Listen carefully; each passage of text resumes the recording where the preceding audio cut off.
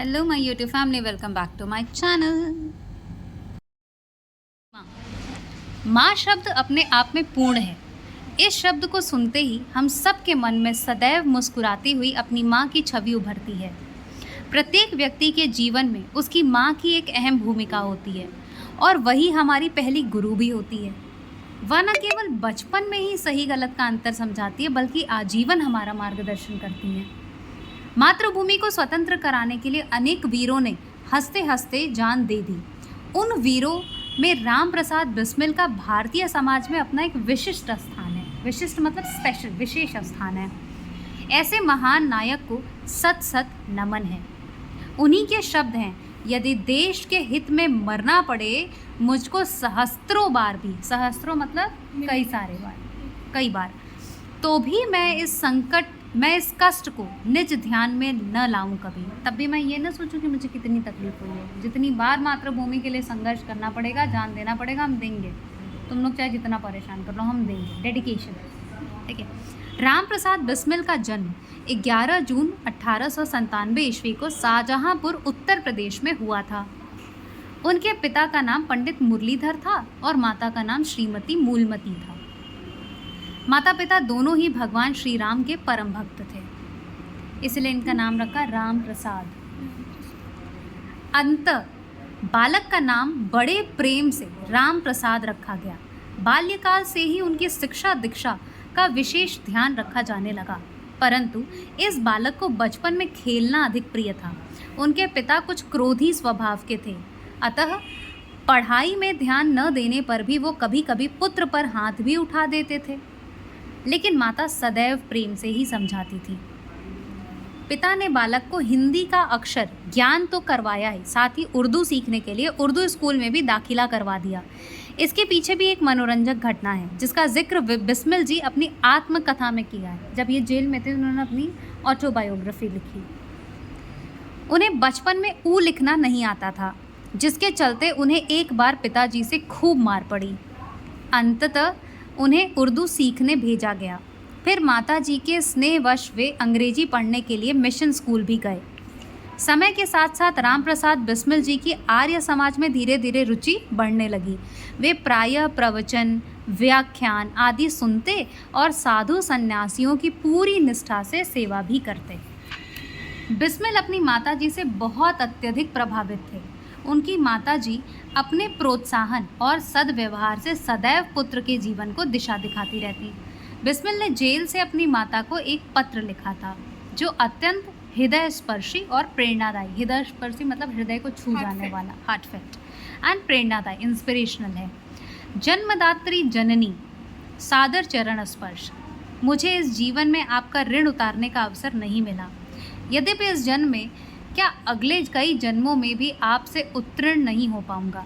जिस प्रेम और दृढ़ता से आपने मेरा यह तुच्छ जीवन सुधारा है, वह अवर्णनीय है। मेरी शिक्षा, मेरा आत्मिक उन्नति, धर्म के प्रति मेरी रुचि, सब पर आपकी ही कृपा है। महान से महान संकट में भी आपने कभी मुझे अधीर होकर कुपथ पर चलने नहीं दिया। अधीर मतलब अपना धैर्य खोकर कभी घबराहट में ये नहीं कहा कि अच्छा छोड़ो यही कर लो। मैं चाहूँगा कि आप जन्म जन्मांतर आप ही मेरी माँ बने। माँ, मेरे मन में एक तृष्णा शेष रह गई है कि मैं आपके चरणों की सेवा न कर सका। आप यह सोचकर धैर्य धारण करना कि आपका पुत्र माताओं की भी माता भारत माता की सेवा में अपने जीवन की बलि की भेंट दे गया। यदि आप आशीर्वाद दो कि अंतिम समय में भी मेरा हृदय विचलित न हो, और आप भी उसी प्रकार धैर्य रखना जैसे गुरु गोविंद सिंह की धर्म पत्नी ने रखा था, जिन्होंने अपने पुत्रों की मृत्यु को हर्षित होते हुए सहन किया था। आपके चरण कमलों में प्रणाम। आपका पुत्र राम प्रसाद। राम प्रसाद बिस्मिल 9वीं कक्षा में ही पढ़ते थे जब उनके हृदय में स्वदेश प्रेम की लौ जगी।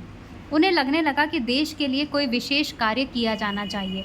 सन 1916 तक बिस्मिल की देशभक्ति उनके लिए एक जुनून बन चुकी थी। साथ ही साथ वे साहित्य सृजन भी कर रहे थे। उनके द्वारा रचित अमेरिका की स्वतंत्रता का इतिहास नामक पुस्तक छपते ही जब्त कर ली गई। धीरे धीरे समय के साथ वो अनेक महानुभाव के संपर्क में आए और ऐसे कई घटनाओं को अंजाम दिया जिससे वे विदेशी सरकार की आंखों की किरकिरी बन गए। किरकिरी बन गए मतलब उनकी आंखों में चुभने लगे। काकोरी एक्शन के बाद से तो हर समय उनका गिरफ्तारी से बचने के लिए लुका छिपी वाला खेल चलने लगा। अंततः 26 सितंबर 1925 की रात वो गिरफ्तार कर लिए गए। अभियोग और मुकदमा चलने का नाटक खूब चला, जिसमें बिस्मिल ने स्वयं अपने केस की ऐसी पैरवी की थी कि जज महाशय भी मुंह देखते रह गए। परंतु हुआ वही जो पहले से तय हो चुका था। जैसे अभी एक केस चल रहा था कोर्ट में, जज साहब का एक वीडियो आया था, उसमें क्या दिखाया था कि एक वृद्ध महिला है, बुजुर्ग लेडी हैं, जिनके ऊपर उनके हस्बैंड को मर्डर का केस लगा हुआ था। तो जज साहब के सामने अभी मीडिया में बहुत ट्रेंडिंग हो रहा था, जज साहब के सामने सुनवाई हो रही थी। तो उसमें यह आया था कि पोस्टमार्टम रिपोर्ट में ये दिखाया गया है कि उस लेडी ने अपने हस्बैंड को मार दिया है। तो उसने कहा कि कुछ केमिकल रिएक्शंस की वजह से इसने कुछ खिलाया है, जिसकी वजह से केमिकल रिएक्शन हुए और हस्बैंड का हार्ट स्ट्रोक हो गया है। तो उस लेडी वो केमिस्ट्री के प्रोफेसर थी और बूढ़ी हो चुकी थी, अपने समय में केमिस्ट्री की प्रोफेसर थी। तो जज साहब ने जब उनको रिपोर्ट बताना शुरू किया तो वो प्रॉपर उस रिपोर्ट का डिस्क्रिप्शन दी कि ये इस केमिकल से ये रिएक्शन होता है, इस चीज़ों से ये होता है, तो ये कैसे पोस्टमार्टम रिपोर्ट में आ गया। तो वो वीडियो इस वजह से ट्रेंड हो रहा था कि this is the power of education, कि आप पढ़े होते हो तो आप अपने केस को खुद ही लड़ सकते हो। तो उसी तरीके से राम प्रसाद के बारे में कहा गया कि अपने केस की पैरवी इन्होंने ऐसे की कि जज महाशय भी मुंह देखते रह गए। मतलब अपना जस्टिफिकेशन इस तरीके से थे कि जज भी अवाक रह गए कि हैं क्या बोल रहा है ये। हाँ।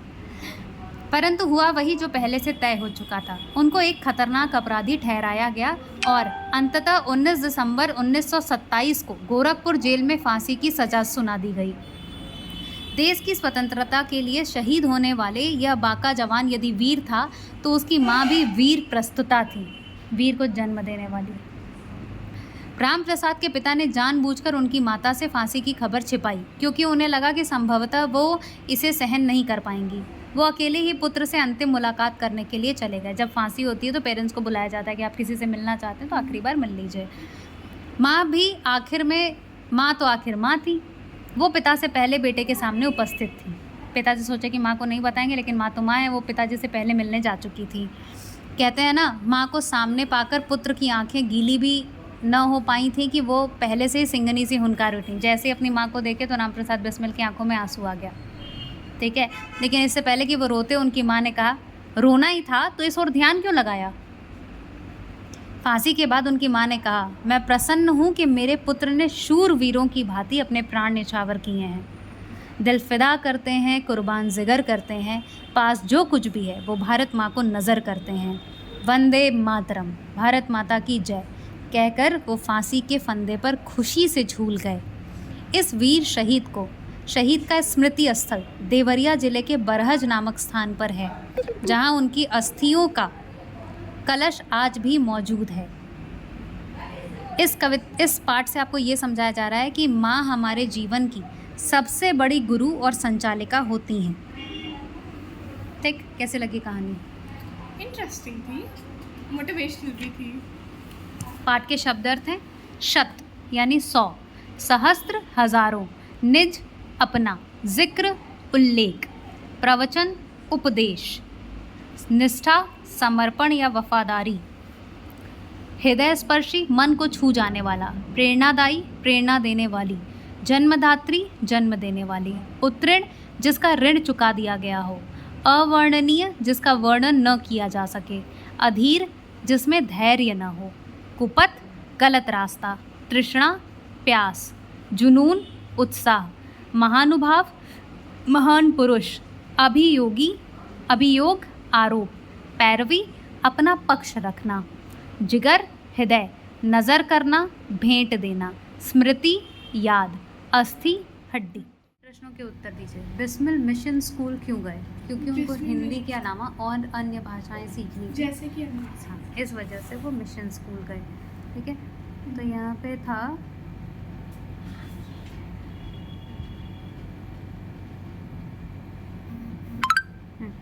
देखो, उन्हें बचपन से ऊ लिखना नहीं आता था, जिसके चलते उन्हें एक बार पिताजी से खूब मार पड़ी। अंततः उन्हें उर्दू सीखने भेजा गया।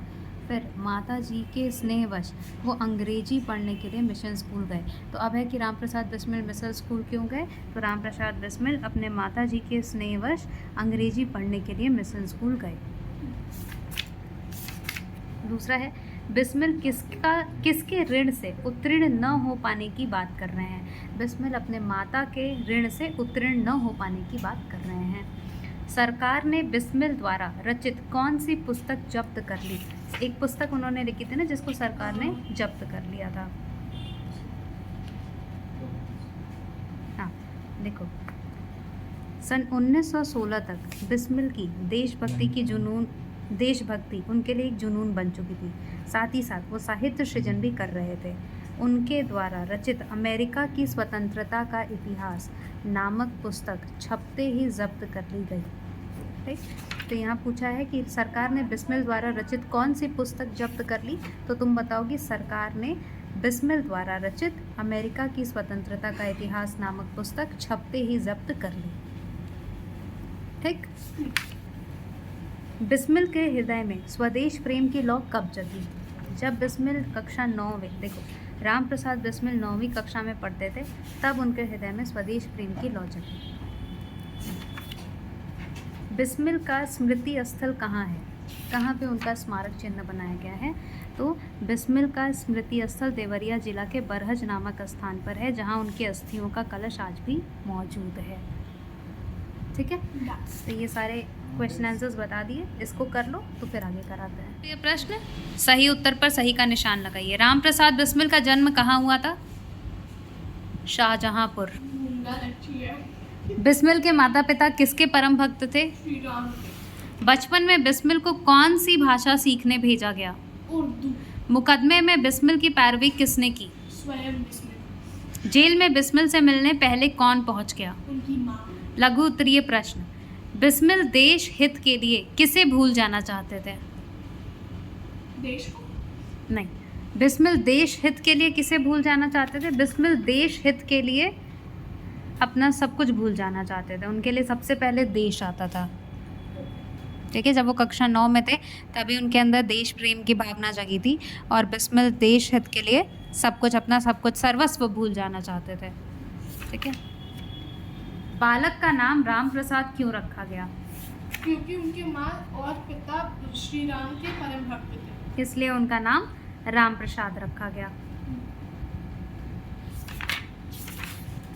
राम प्रसाद को बचपन में पिता से मार क्यों पड़ती थी? क्योंकि वह बचपन में उनको खेलना बहुत प्रिय था। नहीं, राम प्रसाद को बचपन में अपने पिता से पढ़ाई में ध्यान न देने पर मार पड़ती थी। पर उनको तो खेलना भी बहुत प्रिय था। खेलना पसंद था, लेकिन जब वो पढ़ाई नहीं करते थे तब उनको मार पड़ती थी। तो बचपन में पढ़ाई न करने पर उनको अपने पिता से मार पड़ती थी। बिस्मिल के मन में कौन सी तृष्णा रह गई? बिस्मिल के मन में अपने माँ का ऋण उतारने की तृष्णा रह गई। बिस्मिल ने अपनी माँ को किसकी तरह धैर्य रखने को कहा है? बिस्मिल ने अपनी माँ को, हाँ, बिस्मिल ने अपनी माँ को गुरु गोविंद सिंह की धर्म पत्नी की तरह धैर्य रखने को कहा है। ठीक, इसका लघु उत्तरीय प्रश्न भी बता दिया। ये 3 एक्सरसाइज आपके चैप्टर में आती हैं, है ना, एग्जाम्स में आएंगे और इन तीनों को आप करेंगे।